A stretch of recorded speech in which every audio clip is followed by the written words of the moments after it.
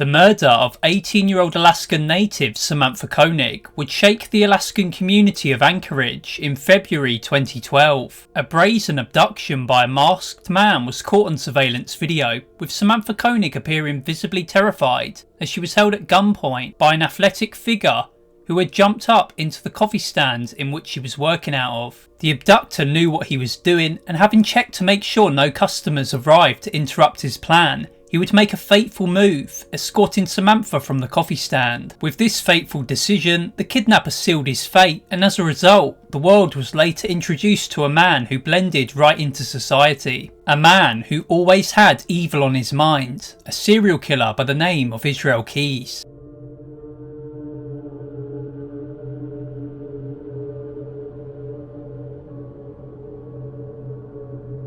Samantha Koenig went about her business in the coffee kiosk, unaware that Israel Keyes had been paying close attention to her. Up to this point, it had been speculated that Keyes had interacted with Koenig prior to this evening, but that was never confirmed. The possibility of stalking comes up time after time, but that's a topic for another day.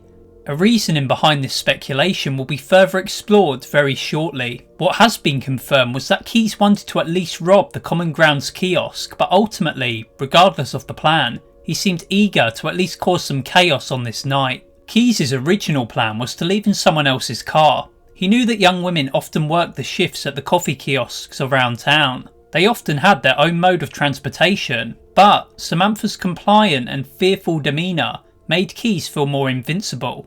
As you'll soon see, he broke his own rules and changed his original plan, using his own truck to kidnap Samantha, something that he never intended on doing. Keyes was sitting in his truck, paying close attention to news of police activity on his police scanner. Everything seemed to go his way on this night, with Keyes admitting that there was little traffic that evening. An added bonus that he mentioned was that snow was beginning to fall. This would eliminate his footprints by the time that a crime had been reported. Keyes made his move from the IHOP where he'd parked. Walking along Denali and Tudor, he concealed his .22 Taurus with 2-shot shell cartridges. The rest was loaded with shorts. As Samantha Koenig was getting ready to shut down for the evening, Keyes made a last-minute order, an Americano coffee. Keyes waited, keeping an eye on people surrounding the coffee stand. Someone paid attention to him ordering his coffee, and Keyes could see that they were looking at him suspiciously. Keyes proceeded to carry on talking to Samantha, and this conversation lasted longer than usual. This could explain why it appeared like Samantha and Israel knew each other. Clearly, he was trying to avoid drawing more attention to himself. Whilst he scoped the scene, he noticed a pretty nice Canon camera. Keyes left it at the time, but later claimed to have taken this camera as a good omen whilst he was leaving with Samantha. The conversation ended as soon as the person watching Keyes pulled out of the parking lot. Keyes ordered Samantha to comply as he pulled out a gun and aimed it at her. He then leapt up into the stand. He restrained her with cable ties and robbed the kiosk. All the while, his black jacket, a cut-off piece of long-sleeve t-shirt for a mask, and the winter elements helped to conceal his identity. Samantha was under the impression that it was just a robbery. She told Keyes about the cameras, the lack of any real money, and the alarms. Keyes didn't seem fazed by these details, or by other things that Samantha told him. Keyes said that Samantha's stories weren't making much sense. Samantha told him that her dad was to arrive in 30 minutes to pick her up. She later said that her dad was to arrive any minute. It's tragic to know that Samantha was in a complete fear state, and Keyes took full advantage of this as he could sense the fear in Samantha. It wouldn't take long before Keyes told Samantha that they were going for a little walk. Realising the severity of her situation, at some point during the walk back to Keyes' truck, Samantha made a bolt. Keyes quickly tackled her and threatened her. He would kill her with very quiet ammo. After this escape attempt, Keyes made Samantha walk with him like they were best buddies. He even made the comment to investigators to not go anywhere with strangers. Keyes would make the comment that Samantha was good, very cooperative, and having made it back to his truck, Keyes restrained Samantha in the front seat, telling her that they were now going for a drive. Keyes interrogated Samantha again, asking her if she had a debit card. He asked about her cell phone. That was broken. He tried to give the impression of a normal person, claiming to have not spoken to her mean or scared her at this time.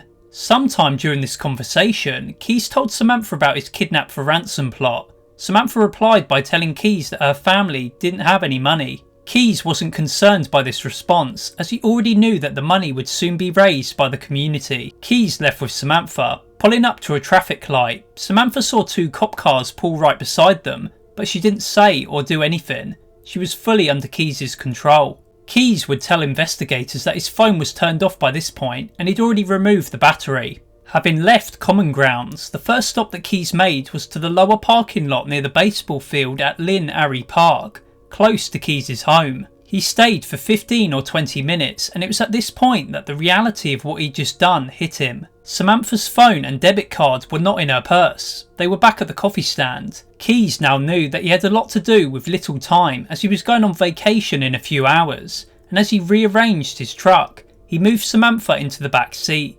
She was cold, and he made a makeshift bed for her, making sure that she couldn't break free.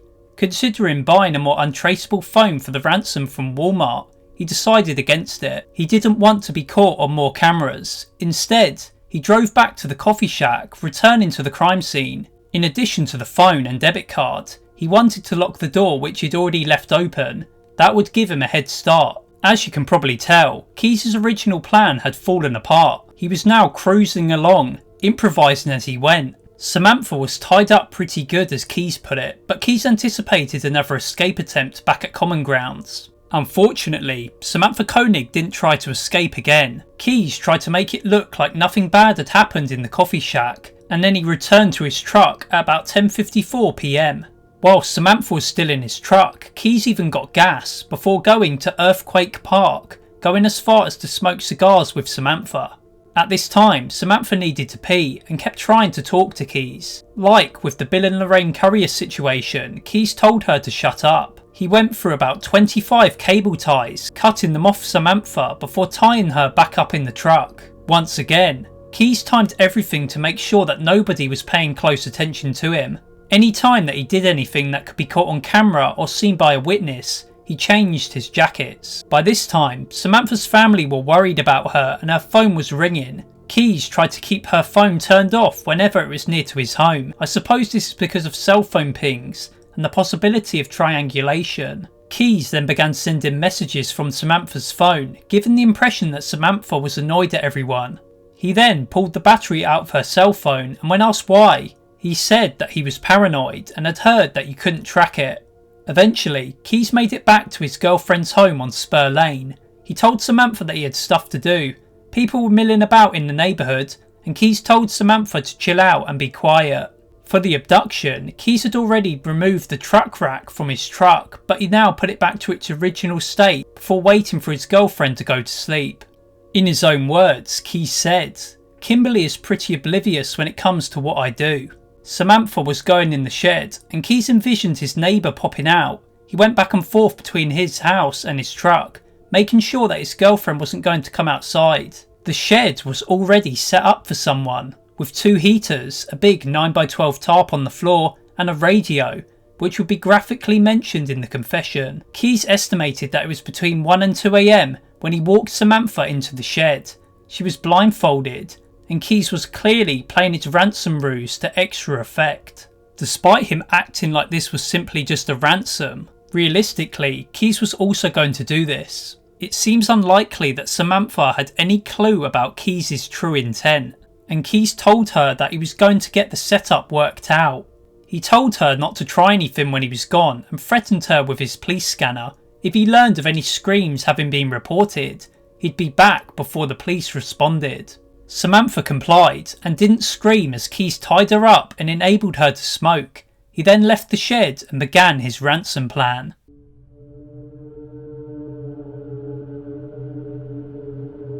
The first step was to take his girlfriend's car to Samantha's home address. Keys pulled it up on MapQuest and Samantha pointed out her truck's location. Keys then drove about 3 or 4 blocks over from Samantha's house and walked to it, still dressed in all black. He opened the door with Samantha's car key when suddenly a man came out of the house. It was Samantha's boyfriend, and Keys had a knife, waiting for the man to respond. The man, Samantha's boyfriend, then ran back into the house, but failed to call 911 for whatever reason. Keys had taken Samantha's wallet and ran away, crouching behind a snowbank to see if he was being pursued. By this stage, Keyes was going with the wind, with there seemingly having been many things that hadn't gone according to plan. He had already been told what Samantha's PIN was, but he'd now forgotten it. He drove back to his shed and asked her what it was, scratching it onto her debit card. The ransom plot was a bonus to Keyes, and because he was sick of working his job, he wanted quick and easy money. By the end of the interview, Keyes was asked about Samantha Koenig's status. Was she still alive when he left for vacation? Keyes said that it should be obvious. Samantha Koenig had died on February 2nd. Keyes only wanted to confess to the murder to Detective Mickey Dole, a female detective.